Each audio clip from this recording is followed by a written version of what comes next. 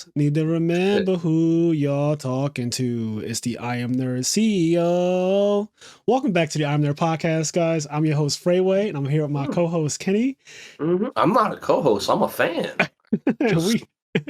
We are back after a solid little break since I was in Pasadena for the YCS. And I had such a fucking blast. So I just want to share my experience with you guys, share some of my surprises, share how the Edison side events were, and just overall, my first YCS in years. I don't think I've been to a YCS since pre-pandemic, and I don't even remember the last one. Maybe 2016 Minneapolis was the last YCS I went to. I know I went to Nationals in 2019, though. I definitely went to Nationals in 2019 because I believe that was Pittsburgh, but I don't believe I've gone anywhere else since then. And then the pandemic happened anyway, so we kind of just lost 2 years of our lives. But yeah, this was there's a question everybody really wants to ask, Fraser. Oh, go ahead. The last YCS that you went to but didn't go to because it got canceled was in Pasadena. It was and then this year in Pasadena again. But the real question is, was your favorite blonde in the airport? Yo, oh my God. So if you guys remember the first time I went to Pasadena this year in January for the YCS that got canceled or whatever, crazy story. My luggage almost got stolen by some girl who just like took it off the conveyor belt, walked out of the airport with it. And I was waiting for my luggage and I was staring at her because it looked exactly the same. Check out that episode of the podcast if you haven't heard the story. It's like the first 30 minutes of it. It's actually really interesting and really crazy. But anyway, funny thing you mentioned that. I have anxiety now permanently whenever I'm at baggage claim, waiting for my bag to come out because of that situation that happened in January.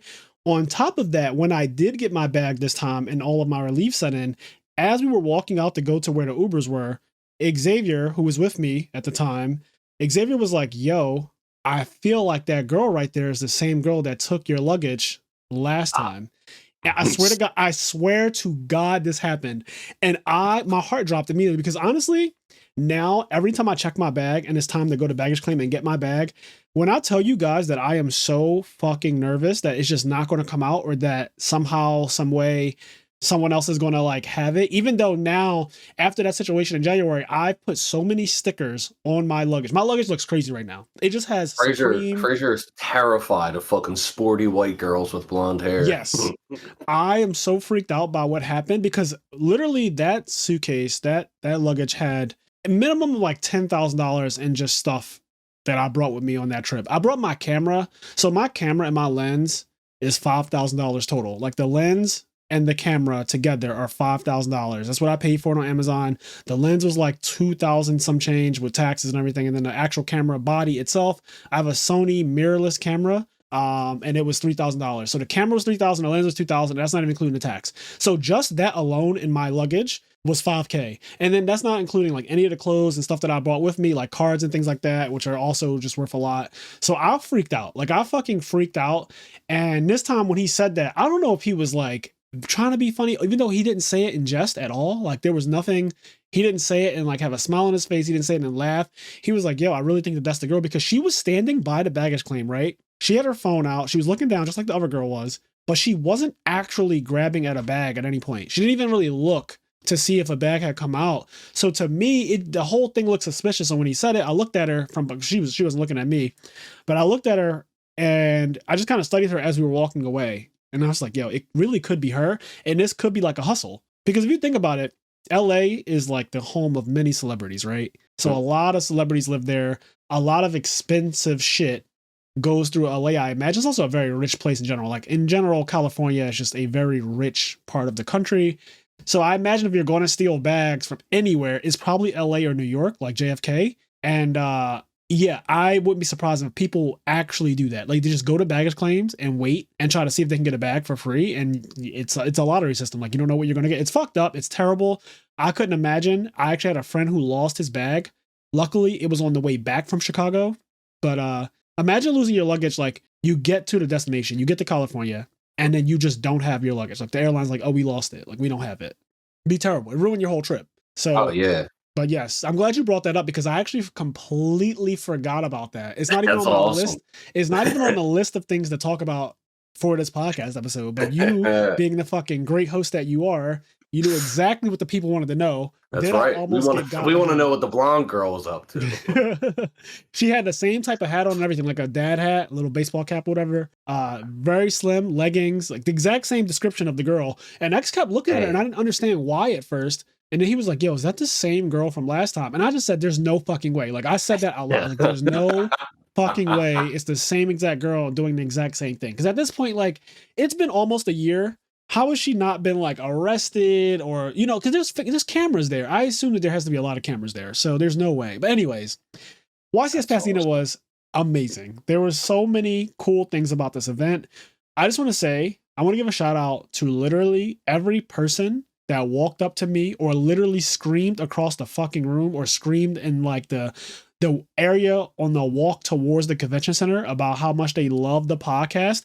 I was very surprised at the number of people who recognized me in disguise because I had on a hat and a mask at one point. Like the first day, I mean, you can see if you're looking at this on Patreon, you can see that I blatantly have on a hat and a mask. You can only see my eyes. So if you don't know what I look like because you're like my close friend, I just don't expect to be noticed by anyone. And literally everyone knew it was me. It was fucking crazy. Let me say this.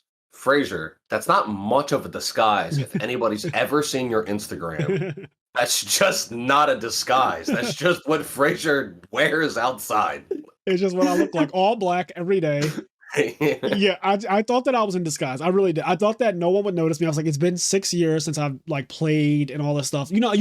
I just convinced myself that like I had been low key kind of forgotten about, but that just was when I tell you there were moments awkward moments. People went out of their way to make it so awkward for me. There would be times when I'd be waiting in line. I'm by myself because like Xavier's doing his trading and stuff like that.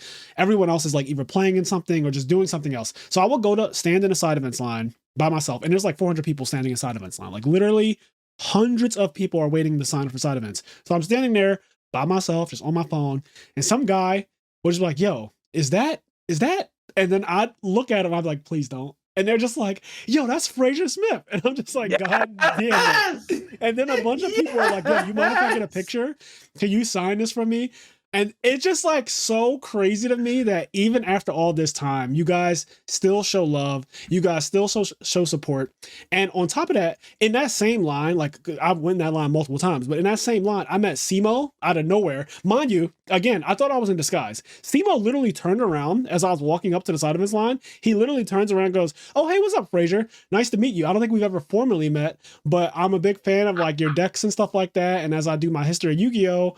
He said that he uses some of my deck profiles to do those videos. And I thought that was amazing. And we both share love and support for each other's, our channels and like our creativity and being digital creators.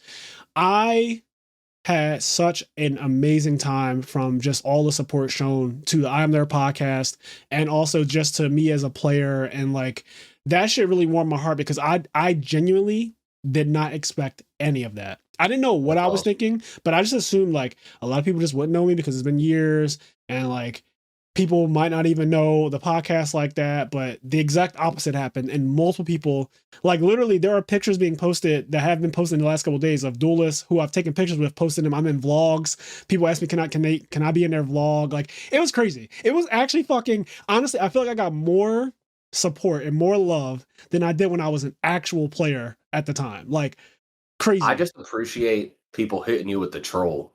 I appreciate people hitting you with is that the Fraser Smith? That's the best part. People hitting you with the troll is the best part. The troll is crazy. I also, oh my God. So it happened so many times, Kenny. I was playing on one of the Edison side events, right? And my opponent genuinely did not know who I was, which I'm totally fine with. I actually prefer it. My opponent had no idea who I was, but his friend sits down next to him at one point, and I'm just sitting there shuffling my hand, like thinking about my play, and his friend is like staring at me, and I can already tell where this is.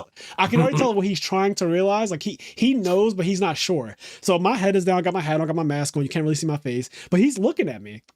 And the guy who I'm playing is just chilling, not really doing anything. And eventually the friend goes, "Excuse me, what's your name?" And I'm like, "My name is Fraser." And he's like, "I knew it. I fucking knew it.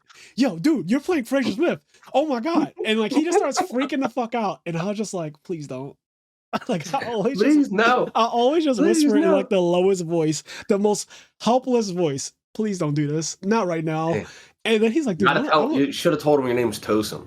My name's Tosin. It is hilarious. The way people react is so funny to me. And then like some people were so cool about it too. And I love no matter what the reaction is. I had people who literally would sit down and watch me play Edison match. They're not in the match at all. They're just like spectators. One guy, you know, he sat down and he was like, hey man, I'm a big fan, like always have been since like Gravekeepers and everything after that. And I love your podcast. It's really nice to meet you. Can you sign this card for me and stuff like that? Podcast.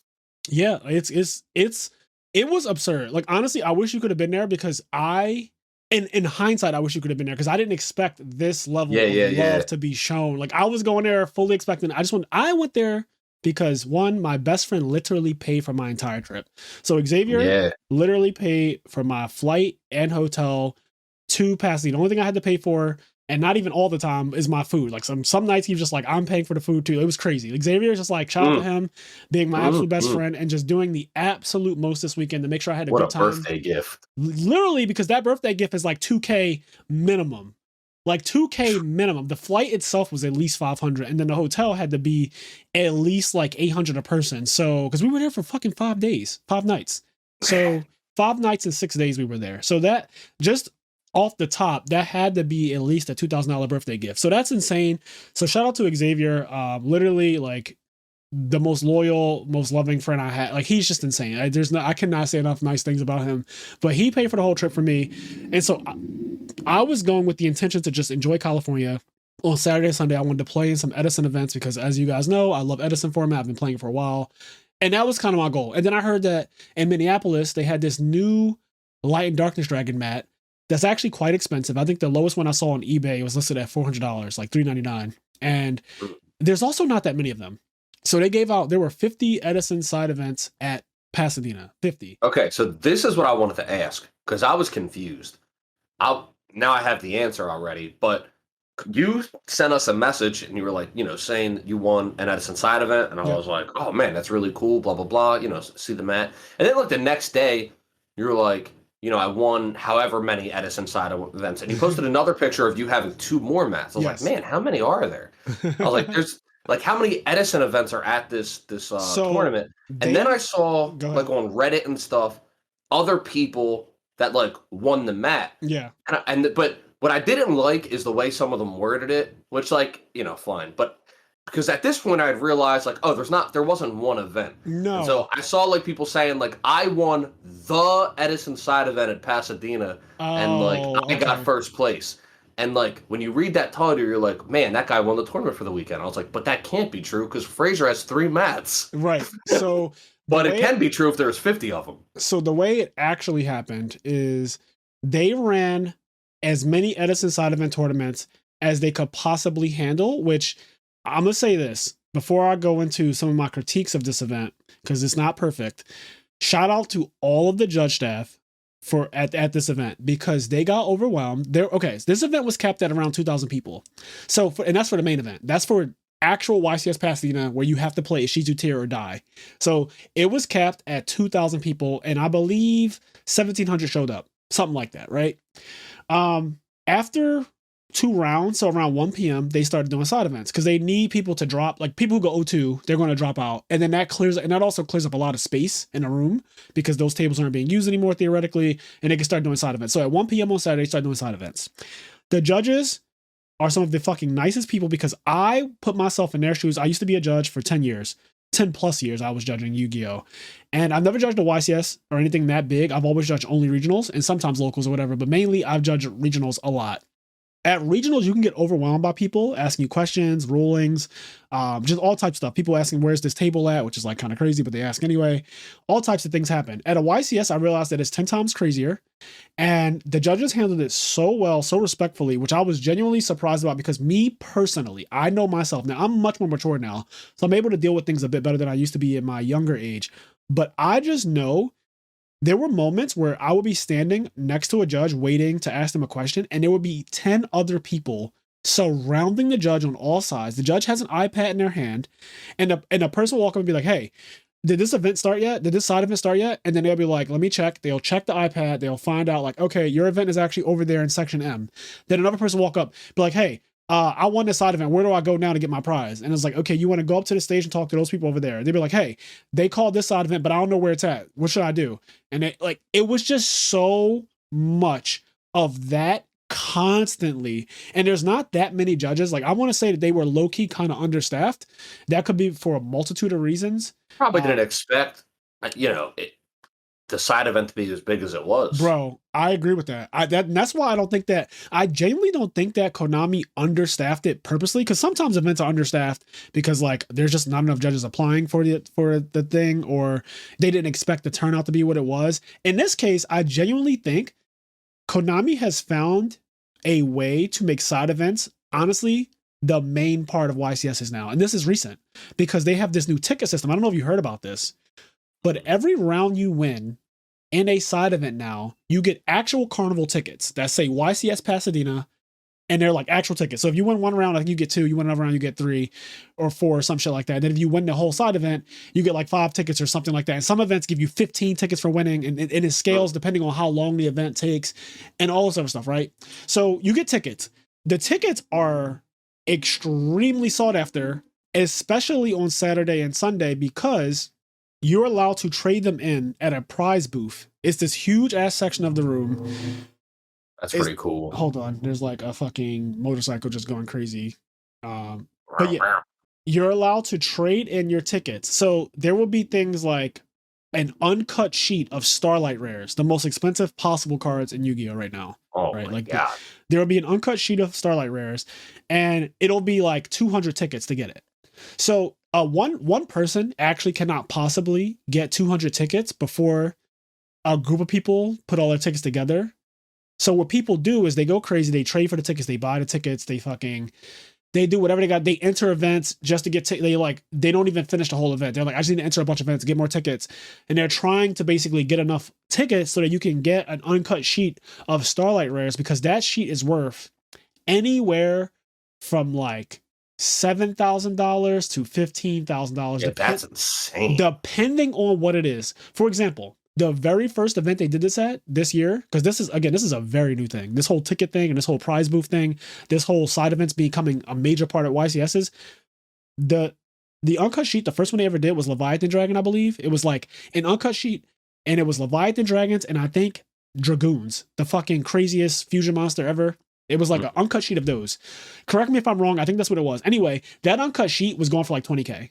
That is fucking wild. So immediately people were like, hold up. The prize for a side events basically is more than the YCS. Like winning the YCS is not equivalent to just getting that uncut sheet. Damn. And so now a lot of people have realized that you might as well go to YCS's literally to farm side events, get tickets, and get uncut sheets, because there's not just one. But the uncut sheets are worth so much money. And those are not the only prizes. You could trade for special dice, like Yu-Gi-Oh! Dice that you can't get anywhere else. You could trade for Yu-Gi-Oh! Mats that you can't get from anywhere else, or mats from the past that are no longer in print. Like they had a table where it would be like 5 tickets each, and it would just be a ton of mats from the last 2 years. Like that's really smart. A ton of mats. It sounds like they've made the events a lot better. Like that is a really fun system. Like especially going back, like if there's, if they have like a rotation of old maps, like mats, like you go there and you're like, oh, here's the fucking Tragodia mat from, I don't remember what event that was, but I remember that Tragodia mat was like, it's actually Edison. It's actually 75th Shonen Jump Edison. So like, here's the Tragodia mat. I have that mat, but that mat's probably worth money now, by the way. But yeah, that's really cool. Yeah, and so they had a bunch of old mats. And you could just trade for 5 tickets. Now, granted, the Tragodia mat was not one of them, because that mat is genuinely from 12 years ago. And that mat is also, like I said, I'm pretty sure that mat's really expensive now because of how old it is and because of what it represents. And now the format is the most popular format of Yu-Gi-Oh! Outside of Modern. Yeah. But the judges did a great job of just being calm and collected. The way it worked is, there will be a line for this format called Rivalry of the Warlords. I think that you would actually enjoy this format. Rivalry of the Warlords format is a format where you sit down, you and let's say 8 people. It might be 16, but I want to say 8.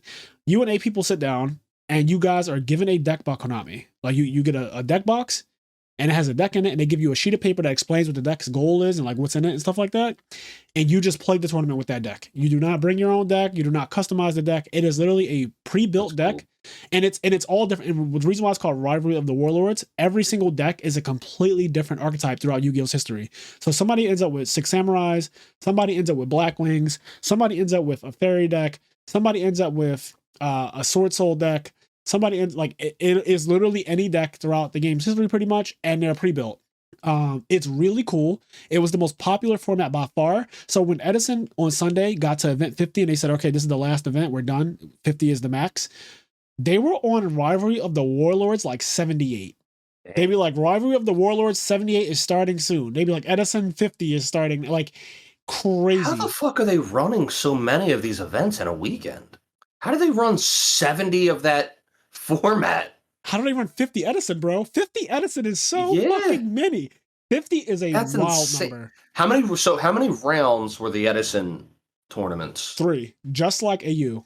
It's okay. It's exactly an undefeated person just gets the mat. So it's exactly like, it's crazy. I've basically been playtesting for those side events this entire year because at the way it works at my local, does it that way. We play 3 rounds, and then usually it's a cut to top 8.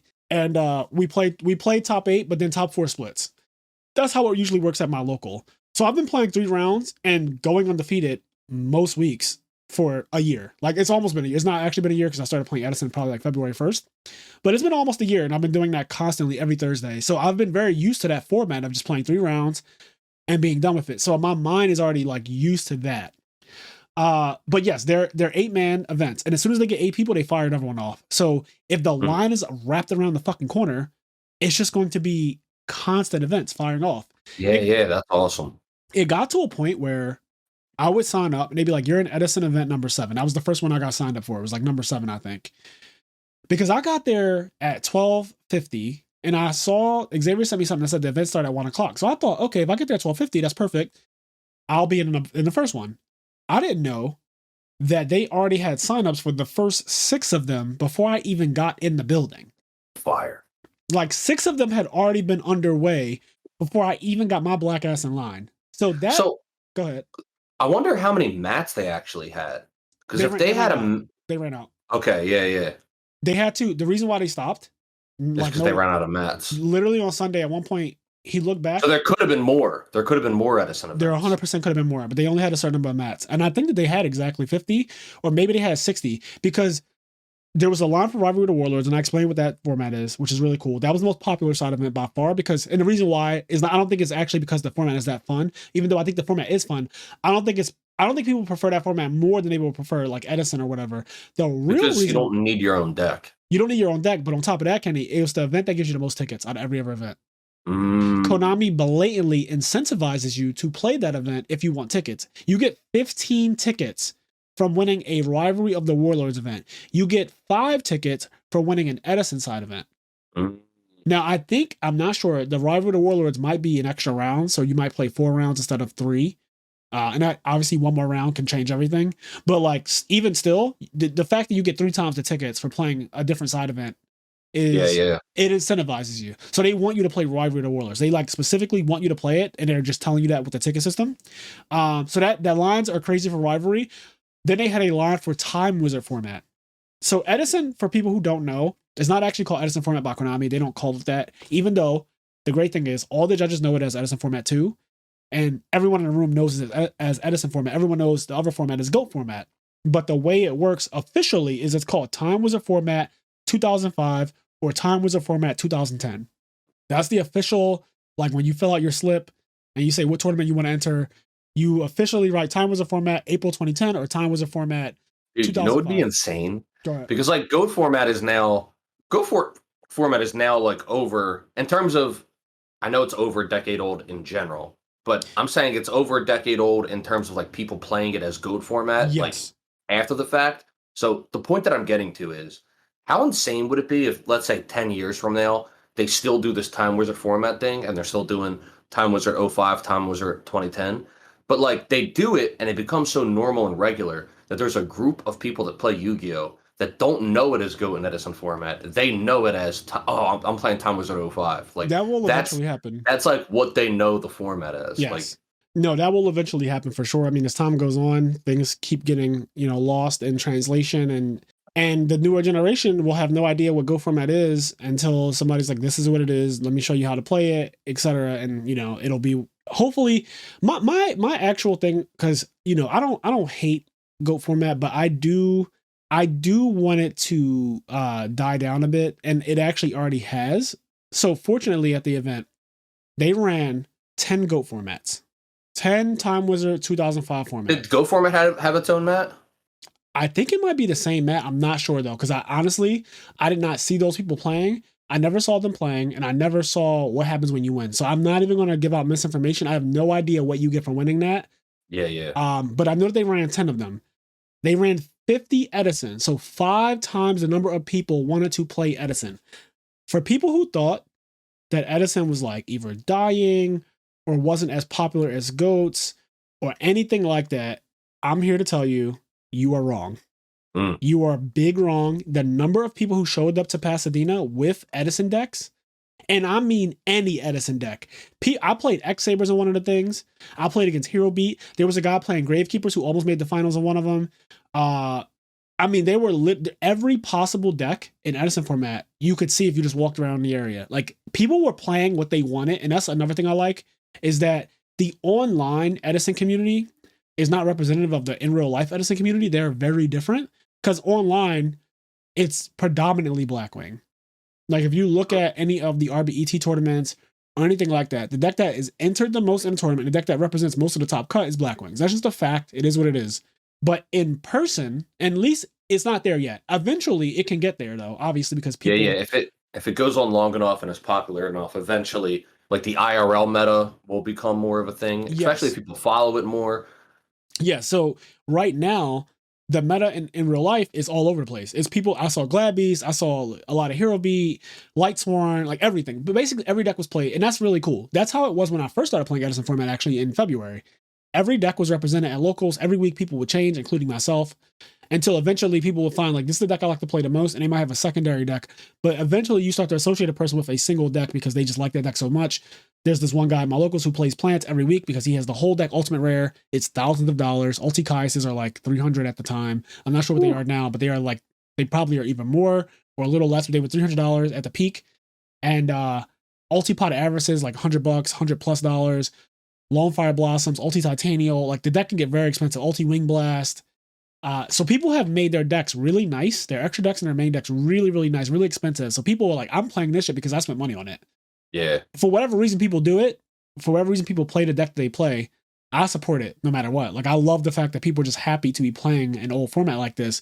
But there were 5 times the number of people for Edison as there were for GOATs. So to me, that is the community speaking up and saying, we want more Edison and less GOATs. Like, GOATs, sure, for the people who really want to play it, there will be events for you, but you will have to wait because you will not get 8 people as fast as you get 8 people for Edison events to fire off. Yeah, so if there was 850, there was like 400 people, roughly. Well, you're able to enter multiple, although I want to talk about this because I remember I started off prefacing this whole thing by saying I want to shout out the judges for their patience and just being, like, really able to deal with crowds. The bad thing is, and here's what we need to talk about as well, the bad thing about the way this event was run, there was no electronic signing up for any of the side events, and I heard that there was at the last YCS in Minneapolis, the one that Chris LeBlanc just won. So Chris LeBlanc was he won YCS Minneapolis, right? And at that YCS, I believe Silverman was there, and he won some of the Light Darkness Dragon mats at that event, or whatever. And at that one, I was told by a couple people who actually attended it that they just let you sign up for events on your phone. You had to do everything by paper in Pasadena. Now, this created a lot of problems. First off, when I first got there were no sign-up slips. I walked in, I was like, yo, I want to sign up for a Time Wizard. I want to play Edison, obviously, but there are no slips over there. The judge was like, oh, we just put over a couple hundred. There should be.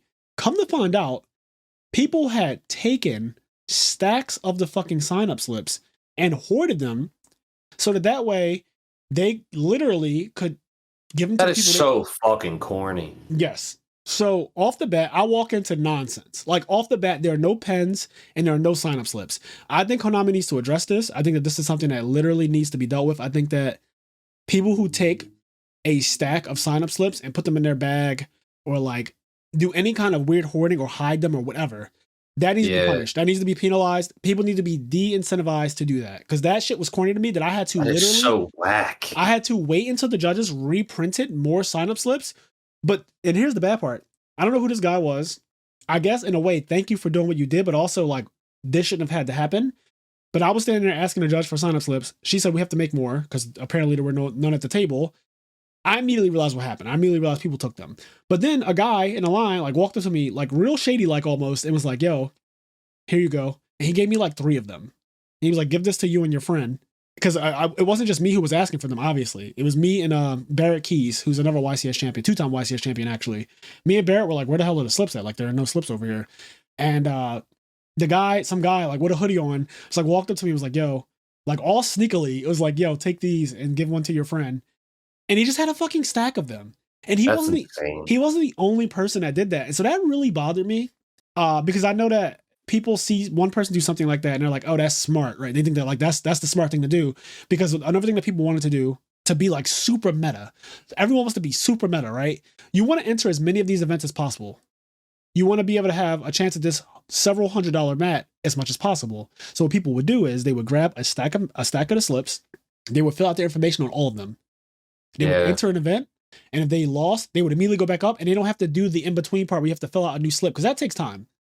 Yeah. So they would just, at the start of the Saturday, they would take a stack of fucking slips, fill out like 15 of them, and then just have an endless supply of Edison slips that they can just hand in immediately. Some people even went hard as this. There was a guy who won one of Edison events. I was watching him play. He won with Lightsworn. And immediately after he won, I was waiting for my event to start, and he was in that one too. So I said, how the hell did you get in my event if you were just playing in one and you just won that one? And he was like, oh, I signed up for multiple. Like he signed up for one. And then like before his started, he signed up for another one and just hoped like this is a gamble because it actually worked out poorly for other people. But he gambled that the next event won't start in time for him to, so he could finish his and then play in another one. Another guy did the same thing and it started while he was playing and he couldn't go in both. So he ended up losing $15 for no reason. But people were doing all types of shit. So your original question was there was about 400 people there. I want to say no, because multiple people entered multiple events. So I would say there was probably around 350 people, 300 people, something like that. Because I even entered, it's funny, this is going to be interesting to say. I entered 4 events, right? I only played in 3. Now, what I mean by that is the first event I entered, remember number 7? Me and Barrett entered number 7. I was waiting for them to call side event number 7 for Edison. We never heard it. I don't know if they actually called it. I assume that they did, I guess. I never heard it. And if you miss it, they call your name. They call you by name like, hey, Fraser Smith, your side event is beginning without you. They do like a courtesy call. I didn't hear that. I didn't hear the actual. I didn't hear anything. So basically, come to find out, we waited for like an hour and a half. I was like, yo, this shit is so bad. Why is it taking so long for one side event to run? And Barrett was like, I gotta go check because what the fuck is going on? He goes and checks. He said, yo, they're in the finals of the one that me and you were supposed to be in right now. So that made me really sad because one, it's a waste of money. $15 just burned down the drain. Now, granted, at the very least, you do get packs for entering these things. You get 3 packs. So basically I pay $5 a pack for, but obviously I don't want those fucking packs. I don't care about those packs, but I paid $5 a pack and I didn't get to play Yu-Gi-Oh! And that was very, very disheartening. And I do take accountability for the fact that I just wasn't aware, I guess, of where the event was going to be and like where it was going to be held. But this is the part that I wanted to say that was bad. While the judges did an amazing job, I think that the logistics of running side events going forward needs to change. There needs to be a designated like area, not just for side events, but that blatantly says, this is the Rivalry of the Warlord section. This is the Time Wizard 2010 section. This is the Time Wizard 2005 section. This is the 3v3 section, etc. These things need to be clearly labeled because the judges got overwhelmed with people asking where their side events were. People didn't know because they could be anywhere in the side event section. The side event section is basically the whole room Whatever's not being used for the main event is considered the side event section. So you can't tell where it starts or where it stops most of the time, because you'll see people in the main event all the way up to a point, and then it'll be side events. But if there's not a huge gap, visibly you can't tell that this is the side event section. So that's a problem.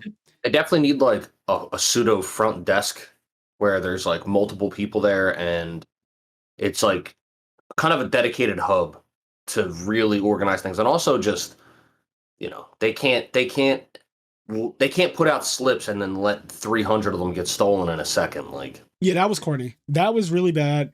And I think that just the way every time an event ran, any side event, no matter what it was, Rival the Warlords, 3v3, Win a Mat, Giant Cart, the spot that you were in was always different. It was always like a different spot. And I just think that at this point, there should be a designated area for each type of side event. That way you just know, if I'm in Time Wizard 2010, if I just go to this area and see a judge in this area, I'd be like, hey, did you start number 27 yet?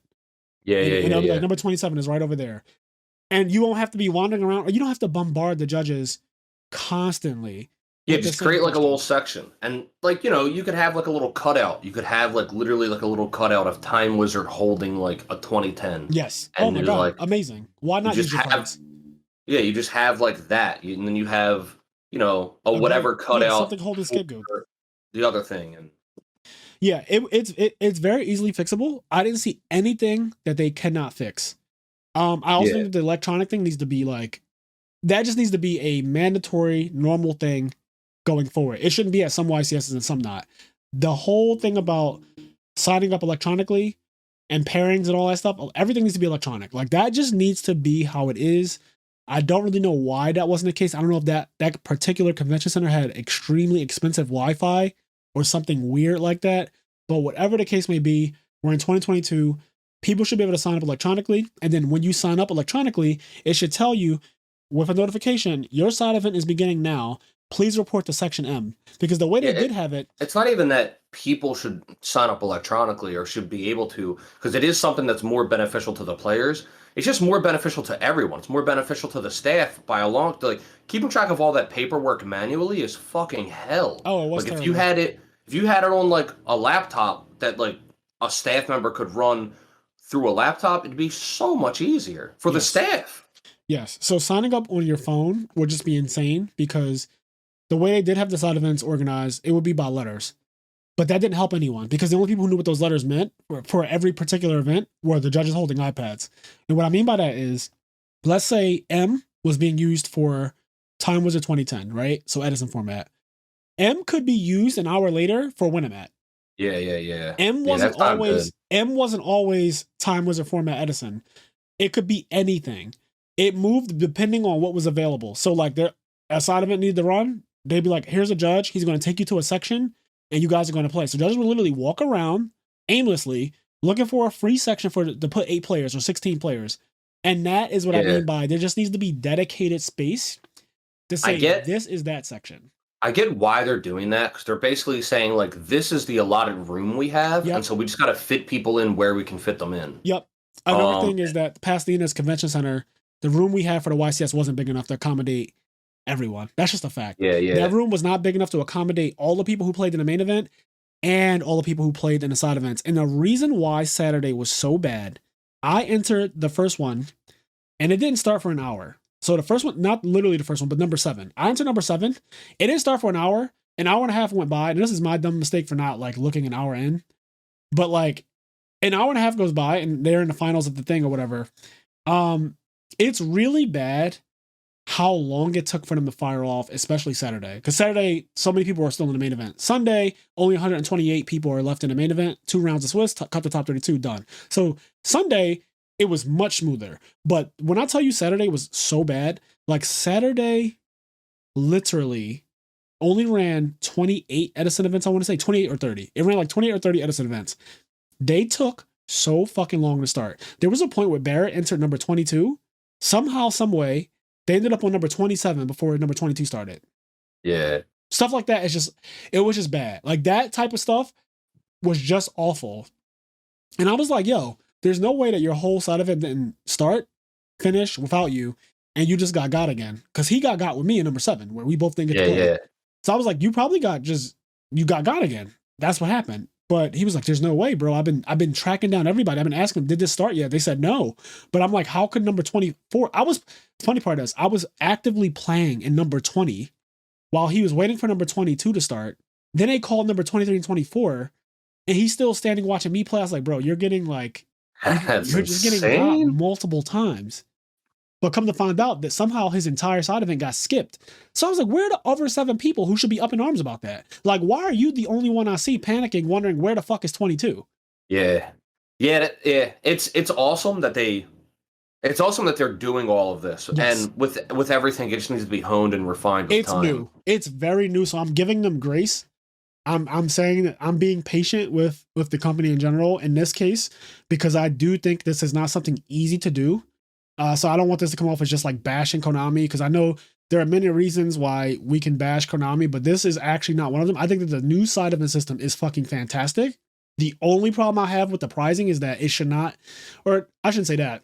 I was going to say it shouldn't be more than winning the YCS itself, because I don't want to bring down the pricing for side events so that it's as not good as the pricing for the main events. What should happen is the main event pricing should just be better.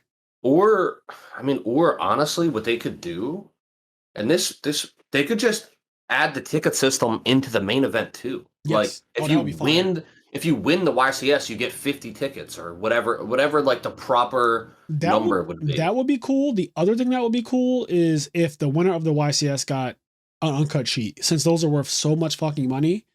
If you got an uncut sheet, like you already get a prize card, right? Which is really nice. But honestly, the prize card doesn't compare to the uncut sheet sometimes, which is kind of crazy. Like somebody just grinding side events can just end up getting more than you got for winning. So there's that.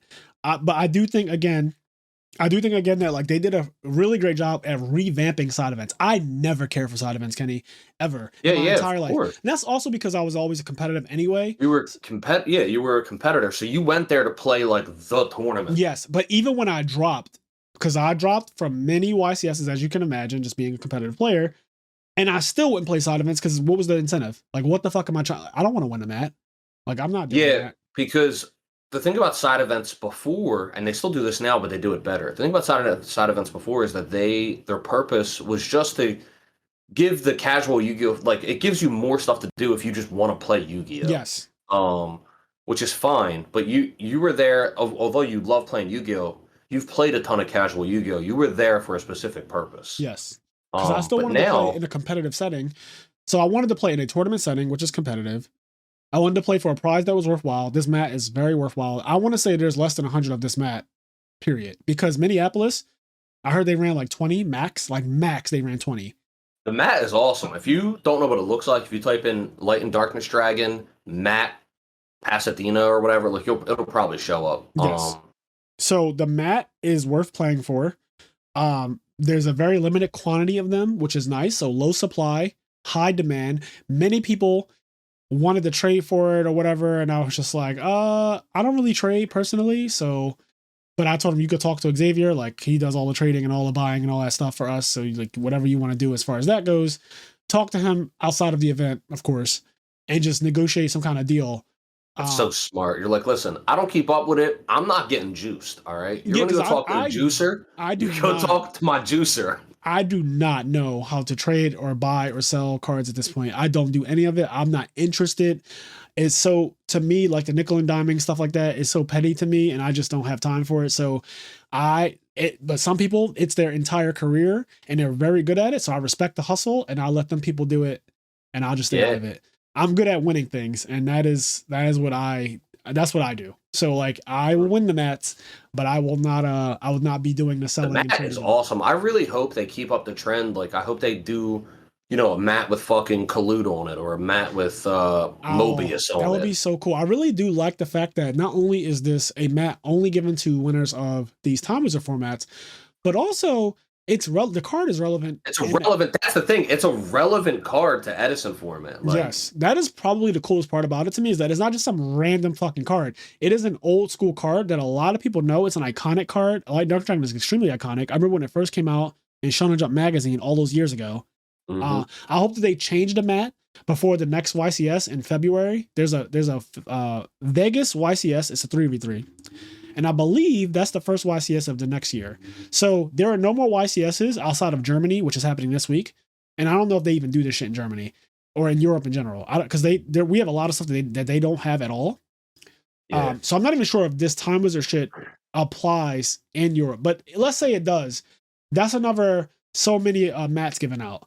That's it though for the rest of the year. There are no more events like because Konami always winds down for holidays as they should. People need to be As they fucking should. Oh my god. Do you know how annoying? I mean, they don't do it, so there's no reason to get annoyed. Yeah. But I just got annoyed thinking of it. Like, I just gotta. Could you imagine, like, if they did events like near Thanksgiving or near Christmas? Like, that would be so. Because there's people that are gonna sacrifice their family time to go to them. Yes, and 100%. like it's just like a shame. It's like, god damn it. But anyway, they don't do it. So they don't. Yeah, they don't do that. They don't have an event that literally coincides with like Christmas and Thanksgiving Day and stuff like that, which is nice. Although I want to say in the past, I feel like there was a YCS. So Thanksgiving would have been Thursday always. And then I feel like there was a YCS that Saturday, which is actually kind of ignorant. I'm gonna be honest. If that didn't happen, man. That's pretty ignorant because you would have had to travel like Black Friday at the late like Thanksgiving with your family, then travel Black Friday. Also, expensive as shit. Yeah, that would be awful. That would be so bad. But there are no more YCSs after this one in Germany this weekend, I believe. So what I'm saying is I want them to change the Light and Darkness Dragon mat. One, because not only would it be great for the secondary market value of it, but it would be more coveted. That you like it had a time period. It ran across, I think there's been like 3 or 4 YCSs now where it's been available. I think my guess, this is without knowing anybody at Konami, my guess is that they made a predetermined amount. Let's say they made 100 or they made 150. Yeah. And they're going to use this mat and like they're not going to print any more, but they have an amount in a warehouse and they're going to like use this mat until they give them all away. Yeah. And then they'll make a fucking Brionic mat or whatever. Yeah, this is just really fucking cool. Oh my god, a Brionic mat. So we already had one for Nationals 2011, I think it was, and that mat looked so fucking cool. But the thing about Yu-Gi-Oh is that they can do the exact same monster in different poses, like they have done with Stratos and a bunch of other cards, and it would be so fire. Yeah, I and just like a different mat design in general. Like I think it'd be cool. Also, I really want them to keep with, at least for these mats, I would like for them to keep them in the realm of what so like even if they do one with like scapegoat mat or like a relinquished mat, Thousand Eyes Restrict mat for like the goat format stuff, like assuming the goat format had the same mat as the 2 Time Wizard formats had the same mat. Even if they kept it within those, like cards relevant to 2010, cards relevant to 05. Yeah. That'd be really, really cool, because if they do like a Time Wizard event and then the mat, even if it's a cool monster like Dragoon, it's like it's a cool monster, but it doesn't feel personal to the time period. Honestly, if it was Dragoon, I would not like it as much. I'll be honest, because that does not correlate at all to what's happening in the actual format. It doesn't. If they did a fucking Swap Frog mat, I would be happy. I'm not even gonna lie to you. That'd be awesome. Swap Frog would be great. Substitute, like if they just did a one with all the frogs on it, dupe, swap, that's all just a frog mat, and just all the frogs hanging out by a pond. And then the substitute because he's not a frog, but yeah, like all of them just hanging out. That would be fucking amazing. You know, it'd be really cool. They're never gonna do this, ever gonna do it. But how cool would it be, right? If they started doing like, let's say they did a map and it's like all the frogs, and then above the frog is like Caius. Like, I would love that. That sounds that'd be cool insane. Shit. I would love to see all the monarchs above the frogs. Like blatantly, they're like, these are mats designed for like decks of the format. Like they make like a Blackwing mat. There should be an it's like multiple Blackwings. Like, draw, oh man, yeah, that would be dope. That would be like quick draw and Dandelion on a mat together. Like that'd be sick. I would be very happy about that. And who knows what they have cooking up. But I do hope that this mat has a bit of scarcity and that granted, there will be no more given out after Pasadena up until February if they even continue it. So that's great to know from just a person who has like multiple of them. It's great to know that there will only be so many of them for a very long time. And again, there's less than 100 of them out. So if you have one, it's pretty coveted. Go ahead. I wanted to ask something. So you played in 3 of the Edison format events, so that's like 9 rounds. Yep. You won You won three mats, so you won the I three won. events. I won two of them. I lost in one of them. Okay, I saw you had three mats, so I thought you won all three. Nope. So I was going to ask though, in those events, did you have any memorable, like difficult matches? Like, were there like any I like hard fought matches? I played one kid there named Harrison. Shout out to Harrison. He was really cool. Uh, we played in three. Well, so he played in six events apparently, and I got to play in four. Well, I got to enter four and play in three, and Yeah. he played me in every single one that I played in. So it was 3 out of 6 for him, but it was 3 for 3 playing him for me. Yeah, yeah. I played him in every single one, and unfortunately for him, I beat him in every single one. These events are $15 each, so basically $45. I guess the reason why he got to play in so many though is probably because like when you lose, you can just go and sign up for a new one, which makes sense now that I think about it. I didn't get to play in as many for multiple reasons. Saturday, it was a mess, and you honestly, I remember I entered for one event, and I was like, okay, you're in number 20. I was in number 20, and then after number 20 concluded and I win, I go to enter another one, and they're like, you're in number 27, but they're on 22 right now, or some crazy, like it would it would be some absurd shit. So you actually couldn't enter that many unless you lost round one, because then you could immediately go up and enter a new Or one. if you did like that pre-sign up thing where you signed up, which I didn't even want to you're risk like, that. I'm going to sign up for 20, 25, and 30. Yeah, and I don't think you could do that normally. I think the reason why the guy was able to do that is because he was probably the last person to sign up for, like, in a seven. He was either the seventh or eighth person to sign up for the one that he was in, right? And then right after that one, I assume that he went right back in the line and said, I'm going to stand behind these people who are behind me and just enter again like that. Yeah. Because it's so risky to do what he did, because again, people literally got. Like, I watched people do the exact same strategy, but then both events just started firing off, and it's like, well, now you have to choose which one do you want to be in. Yeah. I think that they should discourage people from doing that though, because it does take a spot from other people. And It does. You will. I think you should definitely be able to enter multiple, but it just has to be in a more streamlined fashion. Yes, I don't think I should be able to enter 10 of them straight out. Like, I don't think I should be able to be like, here's $150. I'm entering your first 10 Edison events. Well, what would be cool is, let's say the next, in February, they go, okay, we have 50, I'm just going to use LAD. We have 50 LAD mats for Edison format. What we're going to do is like have essentially like the 50 blocks and let people sign up, and then try to like just let non-repeating names sign up, and then if people end up, like, if sign up starts slowing down, then they can like let in repeating names, or if people drop out or whatever. But they should just give everybody a chance or something. I don't know. Yeah, I think specifically having people enter multiple before one even starts. He theoretically entered both of those events, because the way it works is you play a round and then you immediately play a next round. It's not like Swiss where you have to wait for the whole thing to be done. It's like, no, your opponent's done. You can just play them right now. Yeah. But what he did was he just entered like multiple events flat out. Like, I enter one, I go to the back of the line, I enter another one, and then they call the one that I entered first. I go play in it, and then I just pray to God that the next one didn't start by the time I finished this one. And one guy got lucky, other guy did not. So I will say Pasadena is fucking beautiful. I did not expect it to look like that. I'd never been there before. LA's nice, but LA doesn't look nearly as nice as Pasadena. Pasadena looks like, the best way to describe it is when you see California in the movies and when you see California in TV shows, that is Pasadena. Pasadena looks very rich. It's very clean. There is literally no litter. There's a ton of stores. It's a very commercial city. Like, literally where we were at, which is, I guess, the downtown area of it, literally nothing but stores, and everything was just so beautiful. But it's also very quiet. Even on Friday night and like Saturday nights that are typically party nights and stuff, it's still very mild compared to how LA can get on party nights.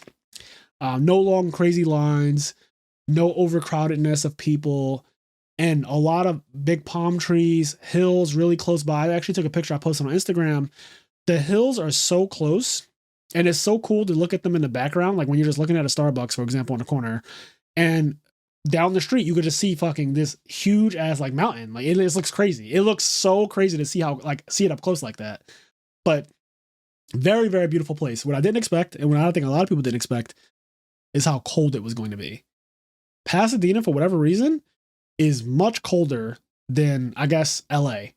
The temperature would say that it's like 60 degrees or 67 or whatever, but like there's a wind chill there and the temperature drops drastically as the day goes on. So it would end up at 50s when the sun went down. And Oh, yeah, yeah, that caught yeah. a lot of people off guard. Now, I packed 0 pairs of shorts because I actually just do not like wearing shorts when I'm leaving the house to go somewhere. I prefer wearing pants every time. So I only packed pants and I packed a pair of shorts from my hotel room just to be like comfortable. But when I leave places, I always have on pants. So, anyways, I got lucky because I thought that it was going to be kind of hot, like kind of warm, and it just wasn't that. Like it was genuinely, I wish I packed a lot of hoodies. I packed a thermal shirt, a couple flannels, and like a lot of jackets. I actually packed a lot of jackets because when I think about California, I always think about layering and jackets. And luckily, it was appropriate to have multiple jackets in my luggage. I was going to initially Interesting is pack that t-shirts. this past weekend, it was hot in Philly. It was hotter here than it was in Cali, by the way. That's a fact. Yeah, because it was legit. Like I was working the World Series, and I remember I initially went not actually at the World Series. I was working the game at my sports bar. Yeah. Somebody the other day was like, "You were at the World Series." I was like, "No, what the hell, no." Yeah. So anyway, but I went in, and when I went to work, I had on a windbreaker, like a pair of like windbreaker pants, like the swishy Adidas pants, and then a pair of sweatpants over them. I had a thermal shirt and a hoodie. And I went to work wearing that, expecting it was going to be cold and shit. Anyway, I remember being hot like immediately. And I went into the back, like took my pants off, put on a pair of shorts, took off my hoodie and everything. And then ended up coming up wearing a pair of shorts and a fucking red Phillies t-shirt because I legitimately was like hot and sweating. And it was like 70 degrees the one day and I was running around. I couldn't believe I saw it. it got even hotter than that. People on Facebook were saying it's hotter in Philly than it is in California. And so just talking about how November, people get crazy. So every year it's been warmer and warmer because that's just what's happening with climate change, right? I haven't seen a white Christmas since we were kids, Kenny. And for some reason, though, every year people seem to write the same shit online about how they're so surprised that it's hot in November and December. But I don't have that issue where I keep forgetting that it happens every year now. Yeah, I don't know why people keep forgetting. Do you know what I mean? Like people go online. Yeah, no, it gets cold, but like December, like it doesn't snow till February. Like Yes. it doesn't snow in December. Like at all. Like Do you when remember? we get snow in our area, like it's usually February. And we get snow like once now. We don't get snow. Yeah, like, just once. Do you remember when we Like, used to get snow like all the fucking time? Like it used to be a constant thing. And now we get one snowstorm, like one bad one that might actually take people out of work and school. One bad one. And the rest of the winter is a joke. I'm just being honest. It is a complete joke now. Winter doesn't really snow. At least in our area, it doesn't really snow anymore. And like it'll snow like once. A lot. When we were kids, snow was a part of my life. Yeah, yeah. Snow was a part of my year. It was a big part of my social life. Playing in the snow, snowing multiple times. White Christmases where it actually snowed on Christmas was a thing. It always felt really magical. Now, I don't know if you remember this a couple years ago. I want to say like, let's say 2015, just to throw out an arbitrary number. We had a 75-degree Christmas.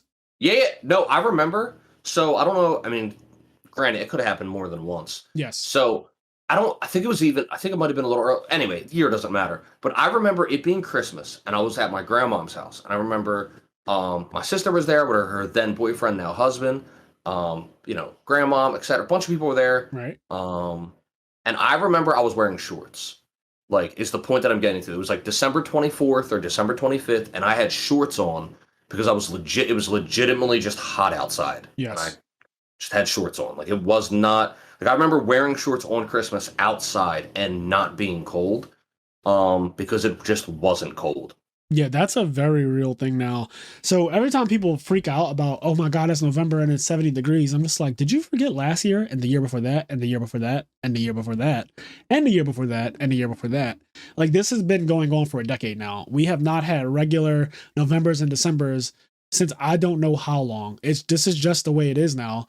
But Pasadena was cold and I just didn't expect this. So if you're going to Pasadena, just pack warmer than you would naturally for California, because maybe it's the time of the year, but it is deceptively colder at night almost like Vegas, how Vegas, being a desert and everything, drops Yeah, yeah, drastically at yeah. nighttime. It had that vibe. It definitely had that vibe. So 50s in the nighttime, and 50 to me is pretty cold. Like you can get away with shorts and a hoodie in 50, but Yeah. honestly, 50 50, starts to you want to be like comfortable. If you're not like moving to sweat, like wear what you can wear actual pants. Like wearing yes. shorts is a little wild Yeah, unless yeah. you're like Well, playing soccer. your people love Whoa, going out in whoa, short whoa. and All going right. out in shorts in the fucking Listen. 40-degree All weather. right. Listen, you know Your what people wear hoodies in the summer. we All right. do. Y'all are We wild. fucking do. All right, we fucking do. We like the warmer climates, and you guys like the colder ones. So it is what it is. But yeah, Pasadena was awesome. The food was fucking crack. If you ever had this place called Dave's Hot Chicken, there was the thing we went to first. We arrived Thursday morning. We got to our hotel, settled down, and I hit up my one friend, Dallas Bailey. Shout out to Dallas Bailey for lending me money this weekend because I didn't have any cash. I never have cash. But he lent me money to plan side events, and I used his money well. Shout out to Dallas. He took me to Dave's Hot Chicken. Me, Xavier, and a couple other people went there. And that shit is insane. So we saw it on Instagram. I've been seeing it for over a year. Like Instagram just naturally shows me fried chicken because I'm black and it knows that I love it. What was the other hot chicken place you went to that you talked about? So in Nashville, there's another place in Nashville. It's called Hattie B's. Okay, yeah. So okay. Hattie B's is in Nashville, and in California, and then I think it's expanded outside of California, but there's this place called Dave's Hot Chicken. Dave's Hot Chicken is better and it's not close. Dave's feels like it was seasoned by black people. I'm just put it like that. Dave's gave me somebody's grandmom with the real big bingo arms was just shaking that seasoning. Bingo with the real big bingo arms. She was just shaking that shit until the ancestors told her to stop. Like that's what it felt like with the seasoning at Dave's. Dave's felt like for sure. I don't know. I just felt like they had people of color in the back making sure like you ain't put enough on there. So anyway, that chicken was crack, but that wasn't the only place. There was a better place that we didn't find out until the last night being there called Main Chick. Main Chick's chicken is the best fried chicken I've ever had in my life. Ooh. It was fucking insane. Now, granted, this could be the edible that I was on talking. I'm not 100% sure. But when I had the Main Chick, it was so crack. Like, I want to go back so bad because I just need to know when I'm not on an edible, like how good Main Chick was. Because that shit was so, the sauce, the skin, it was fried to perfection. We got chicken tenders and fries. The fries were the Cajun fries. They were seasoned. Oh my God, Kenny. Oh my God. It was so fucking good, man. Like at some point, we just have to go. We just have to go to Main Chick. So the food was delicious. I ate at this nice steakhouse called Fleming's. Got a really, really nice steak. They had, Xavier told me to get the shrimp Diablo, which is like a thing that you can add to your steak. So you can add like lobster tail or whatever. We added shrimp Diablo, which is 3 shrimp and this Diablo sauce. Crack. Absolutely crack. I posted it on Instagram, posted it on Facebook.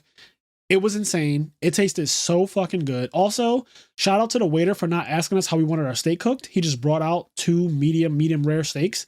And didn't even ask us because I think that they should normalize not letting people order well done. Yo, they really should. Well done is a fucking crime. Shout out to Steve Silverman for still ordering fucking well done steaks, aka Silverman orders well done. Yes, you would never expect the rich guy to fucking be ordering well done steaks. The guy who's probably been eating steak since he was a little boy, and he orders well done steak. Crazy. Him ordering well done is a fucking crime. I'm surprised. It's a fucking plot twist. I'm surprised his family lets him keep his name. Like I'm surprised he doesn't get disowned. That's a really good point. He's wild for that, honestly. Like that shit is wild. Every time we go to a nice restaurant, Steak 48, Del Frisco's, Barclay Prime, and he's like, "Y'all have it well done." I cringe every time. That's insane. Wow. You shouldn't be allowed to do that. Yeah, so I think I wrote a status saying normalize not letting people order their steak well done, and he was the first comment. No, like he was the first comment that just said no with a period. And then he commented again and said, "This does look fire, though." Like, no, shit, it looks fire because it's cooked correctly. Well done is a crime. It is. So, you know what's a bigger crime though? What? It's the fact that there's people that will say shit. Like, I get if you don't want to have your steak rare, I get it. But like medium it's completely fine, right? I mean, honestly, rare is completely fine as well. But whatever. It frustrates me when people say shit like, "I want my food cooked." And I'm like, okay, will you stop? Like, when they say, like, I want well done, I'm like, why do you eat well done? He's like, I want my food cooked. It's like, stop that. You stop that right now. Like, that shit you're saying is dumb. It's not cooked, it's burnt. Like, it's. Yeah, it's not good. As a person who grew up in a black household, our steaks in house were definitely cooked well done because that's just how a lot of black people look at food. Is like, I don't want it to be bleeding, I don't want it to be pink and all that stuff. And I get it because sometimes eating that type of food, if it's not cooked correctly, you get sick from it. That's just a fact. But You have to know what kind of food. Like, don't half cook chicken. Like, don't cook chicken. Yes, you definitely have to cook chicken, and I got sick from undercooked chicken. Also, don't undercook pork. But when it comes to beef, beef is fine. And it's not even that it's undercooked. It is cooked. It's just that, they don't cook it all the way through to where it's fucking dry and burning on the outside and it's still juicy. Nasty. But yes, so I really enjoyed all the food there. I had some really nice gelato. I love gelato. Every time I see a little gelato shop, anywhere I go, I always stop to get it. It was really, really good. They had tiramisu, they had cookies and cream, they had all these pistachio, which Xavier loves for some reason. Still don't know why. They had a ton of really good gelato flavors. They let us mix and match. It was really fun. I had a lot of fun. There was a couple other things. So the guy who won, shout out to Hani Jawari for winning YCS Pasadena. We spent a good portion of Friday together. And on Friday, he was playtesting in the lobby. This was probably Thursday night, because you had to turn in your deck list on Friday, I believe, by like 10 a.m. or some crazy shit. Like, your deck had to be finalized on Friday. You cannot make changes to your deck Friday night. So on Thursday night, he was playtesting in a lobby, if I remember this correctly. And I was watching with a bunch of other duelists. They were all playtesting. And these are like the best players. It's like Chris LeBlanc there. Like a lot of the really top players were there in this lobby playing. And the matches were going pretty back and forth with no clear winner, no clear like who's doing better, who's playing better. It just seemed very volatile, as you'd expect from a Shizu tier. Very, very, very, very volatile. And so he was getting a little down on himself, like, yo, this shit is ass. Like, I can't really control who's winning these games. Like, I'm just fucking getting clapped. Like, then I'm clapping back. It was not consistent is the problem. And that doesn't bode well for anybody who's competitive when you feel like you don't have control over your wins and your losses. That doesn't feel good. And I told him, I said, well, this does seem ass. You just have to be the luckiest person this weekend. And he was like, bro, it's not going to be me. And I looked him dead in his eyes. I said, it might. It just fucking might be. And I was laughing. And he started laughing with me. But I was like, you might just have to be the person in the room who is the fucking luckiest. I was like, you're already good. We already know that part. Like, everyone knows you're a good player. You just now need to be the luckiest player playing the same exact deck. You need luck to win. And I said that. I said, you need luck to win. I said all my standard lines. And he was just shaking his head, smiling, laughing, like he didn't believe that was a real thing. Like, he didn't believe that that's how it was going to go. Like, he thought at best I might top, but winning this whole thing through all these other good players playing the exact same deck basically, and like how volatile the mirror match can be, he didn't believe it. And lo and behold, he ends up winning the whole event. And he texted me, I posted it on Facebook. He texted me immediately and was like, bro, you fucking called it. And I was like, yo, I called it. You literally, and the crazy thing is, I didn't go around telling every good player that I'm friends with. Like, I didn't tell Dominic Couch, you need to be the luckiest person this weekend, you're going to win. I didn't tell Chris LeBlanc, you need to be the luckiest person this weekend, you're going to win. I specifically told that to one person. I told it to Hani. And that is crazy to me that he is the actual person who ended up winning after everything, and like how bad his Thursday night was going as far as testing and just feeling like he wasn't sure of what to do. For him to win the whole thing is crazy. Like, that was just such a crazy thing.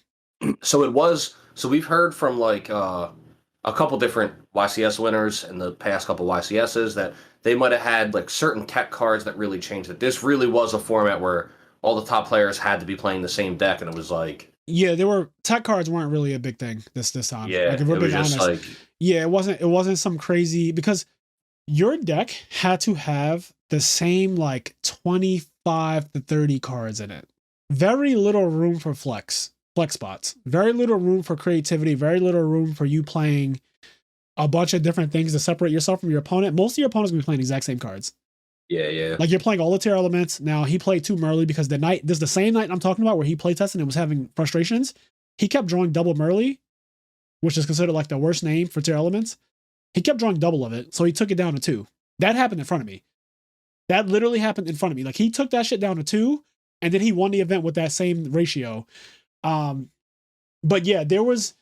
I don't think that because like Chris LeBlanc won the last event right with tier elements, and he played triple tactics talent and super poly. Well, people were playing the same exact shit this time around. Like they played those same like Chris LeBlanc kind of set the blueprint for like what was good, and then people basically played the Shizu cards on top of what Chris LeBlanc played, and that was basically people's deck. You know, certain changes were made as far as like Herald of Orange Light is played, but everyone played Herald of Orange Light. The card's crazy. Yeah. So, yeah, not much as far as deck building, but technical play mattered more in this event, I would say, because people didn't know a lot of the rulings. Also, resolving something as Chainlink 9. Resolving a Chainlink 9 is crazy. There were multiple wild.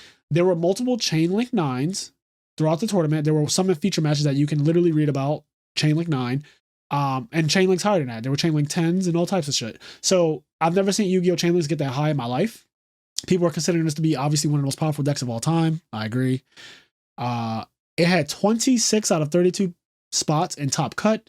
When I topped Pepe Bosch 2016, that's the Pendulum deck, there were 29 of that deck in top 32. So even more, that was more dominant than this was. And that deck won on turn 1 without your opponent being able to do a single fucking thing, like 90% of the time. It was really bad. What's cool is that even though you said like you said, you know, you need to be lucky or whatever, and it was really volatile. It's cool that there was a room in the gameplay for it to go to like Chainlink 9 and shit, where you can outplay somebody. Somebody can missequence the Chainlink, etc., and 100%. not understand it. Like that, it is really cool that that was available in the format of that weekend, so that there is still, you know, there is still something for a top player to be able to utilize and to, you know, put his skill to the test, not just really feel like he's relying on luck. Yes. And I won't say that deck building, obviously it matters always, but I think for this particular event, you definitely had to be a technical player, probably more than anything else, because your deck list could literally basically be an OCG deck list minus Maxi. And I'm sure people topped with basically that deck list. Out of the fucking 26 people who topped, some of them are not the best deck builder by any means, but you know, you're playing a deck that's so powerful, so volatile, and if you play well enough, you could top with that deck. Like I feel like it's one of those things where, yeah, you could definitely top with the deck if you knew how to play technically, and that was really important. Also, you could tell by the finals. The finals was Jesse Cotton versus Hani. Jesse Cotton has been in the finals like 3 times. Damn it, Jesse. I've never met you personally, but I keep hearing about you getting second place. I want you to know I'm rooting for no one more than you, okay? I am fucking rooting for you. He said he's coming on the podcast too. So this is, if you made it this far into the podcast, this is like a nice little Easter egg, a nice little treat.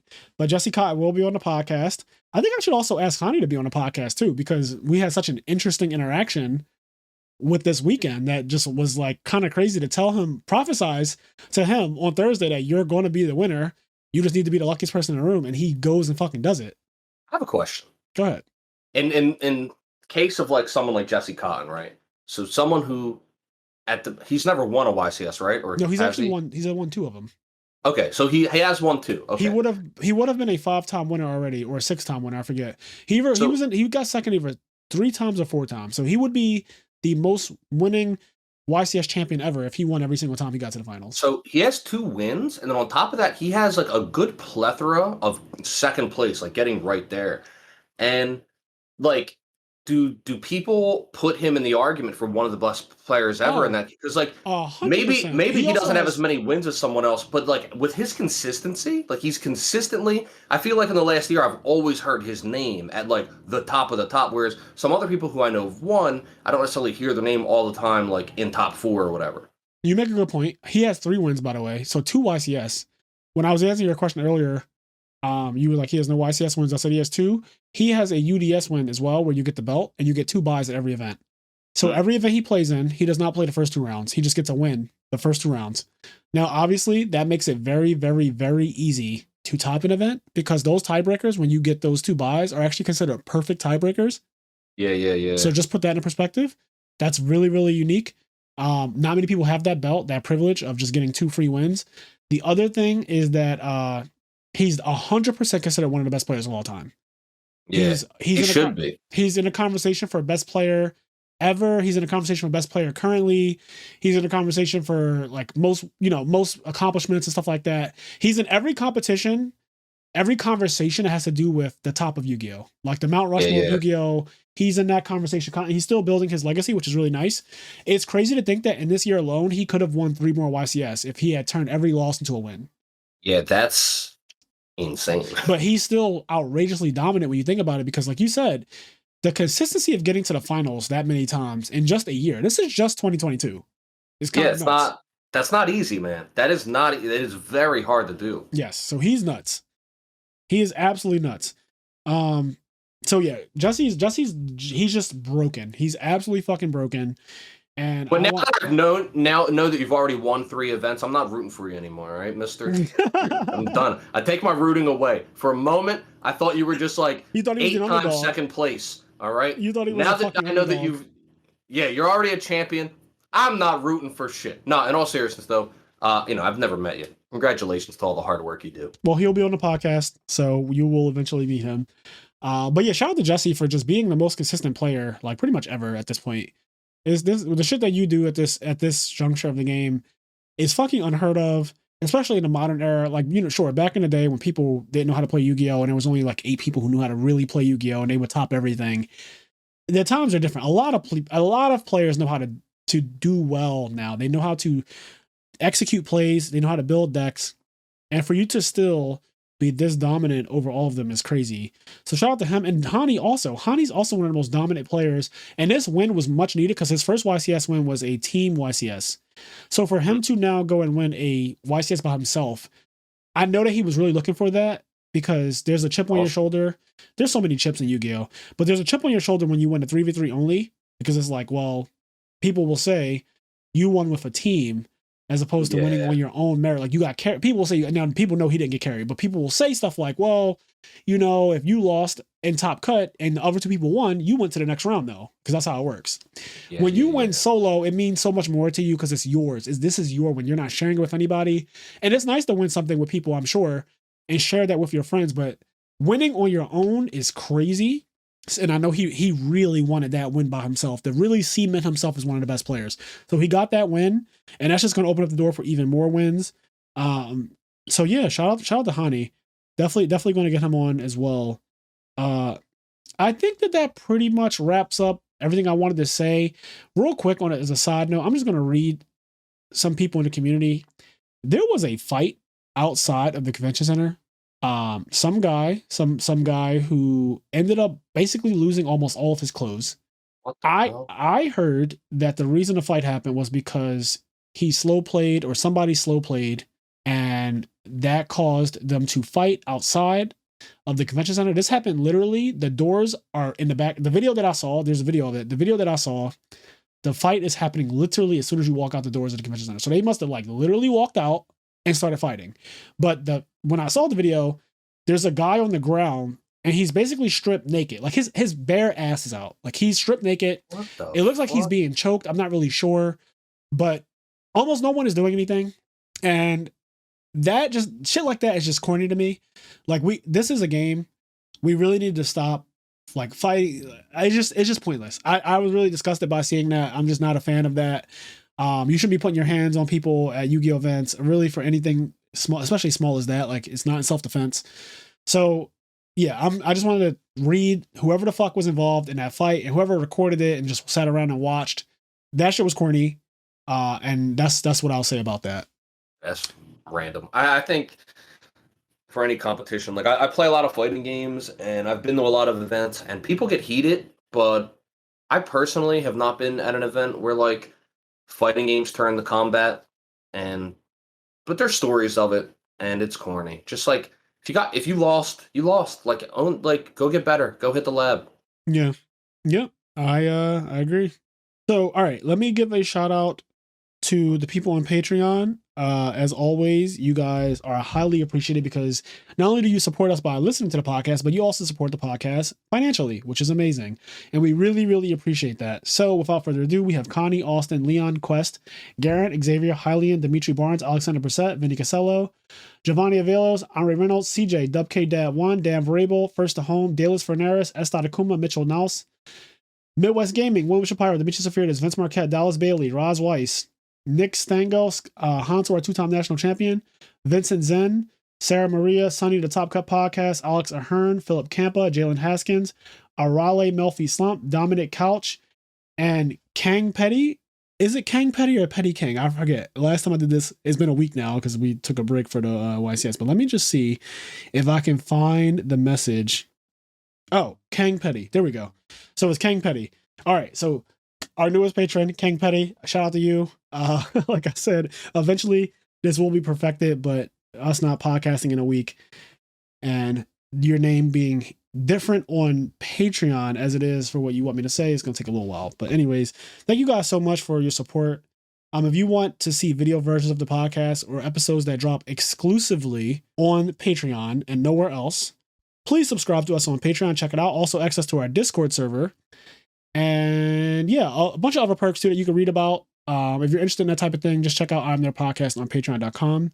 And guys, as I always say, do the things that make you happy, including going to YCSs and playing a shit ton of Edison format and seeing a lot of people who support your podcast and support you. Beautiful. Gang. I'm getting potatoed. I know. You haven't said anything in a minute. I'm not surprised. All right, well, we're getting the hell out of here. I got to open the door for my friend too. All right.